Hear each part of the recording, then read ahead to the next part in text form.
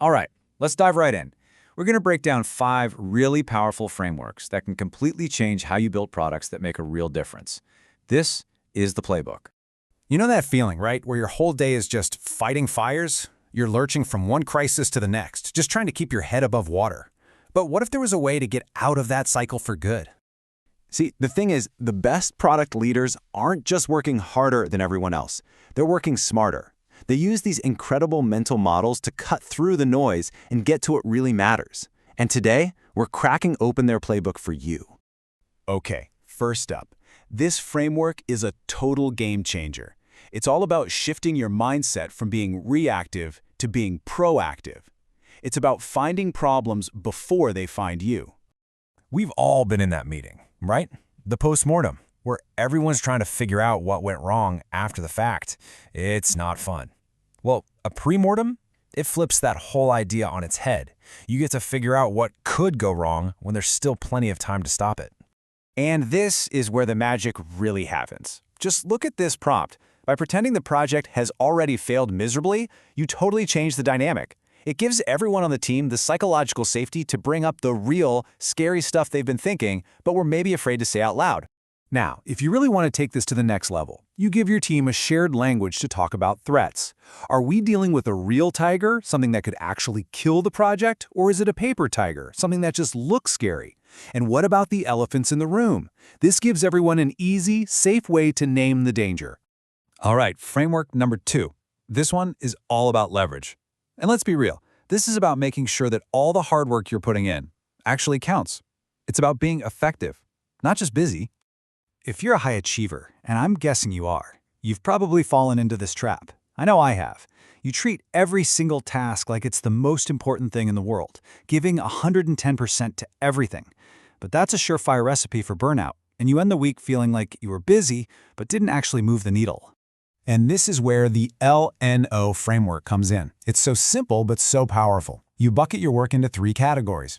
L is for leverage. These are the tasks where one bit of effort gets you a 10 or even 100 times the impact. That's where you aim for perfection. N is for neutral. Good enough is the goal here. And O is for overhead. Just get it done. Don't waste your precious energy. And this right here, this is a huge mindset shift. It's the difference between asking, is this a good use of my time? And asking, is this the absolute best use of my time right now? Because tons of things have a positive ROI, but only a few things are truly the highest leverage way you could be spending your next hour. Okay, so you've got your priorities straight. You're focused on high leverage work. But what about your team? How do you get everyone else on the same page, rowing in the same direction? Oh man, have you ever been in this situation? You leave a big product review and you're just thinking, why didn't they get it? I laid it all out perfectly. Well, the problem usually isn't about your idea. It's about what level you're all talking on. See, what's happening is that you and your CEO are operating on totally different wavelengths. The founder is almost always thinking about the big picture impact, how this affects customers, the brand, the numbers. Meanwhile, you, the PM, you're deep in the weeds of execution, the trade-offs, the timeline. And then there's this third crucial level, optics, which is all about how this is perceived internally. When you're talking execution and they're talking impact, you're just going to talk past each other. And that leads us perfectly into our 4th framework, which is all about finding the real problem. Because so often, the things we spend our days fixing, they're not the problem at all. They're just symptoms of something much deeper. Seriously, think about it. If your day-to-day is just a constant stream of fires, misalignment, missed deadlines, whatever, it's time to stop grabbing the fire extinguisher and start looking for the faulty wiring. The surface-level issue is rarely the real issue. Here's how it usually plays out. The real root cause is a fuzzy or non-existent strategy. Because there's no clear North Star, this symptom you see is that your teams can't agree on priorities. And what's the misdiagnosis? Ugh, we have an execution problem. Nope, you have a strategy problem. So let me ask you this. Do you find yourself adding more meetings, creating more processes, trying to force teams to talk to each other? If that sounds familiar, that's a huge red flag that you're just slapping on a Band-Aid. And you know what happens with Band-Aids? They always fall off. And that brings us to the final piece of the puzzle. You can think of this as the master key, the mindset that makes everything else we've talked about actually work. It's called high agency. And what does that mean?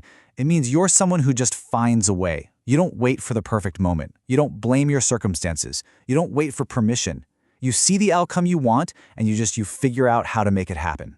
And this mindset is really built on 3 core pillars. First, you have the sense of radical ownership. The buck stops with you. Next, you have creative execution. You find clever ways around, over, or through obstacles. And finally, you've got to have resilience. You will get knocked down. High agency means you always get back. So here's where I want to leave you as we wrap this up. Don't just let this be something you listen to. I want you to ask yourself this question. What is one thing, just one, that you can do this week that you know a low agency person would just sit back and wait for permission to do? Find that one thing and go do it. That's how this becomes a practice, not just a theory.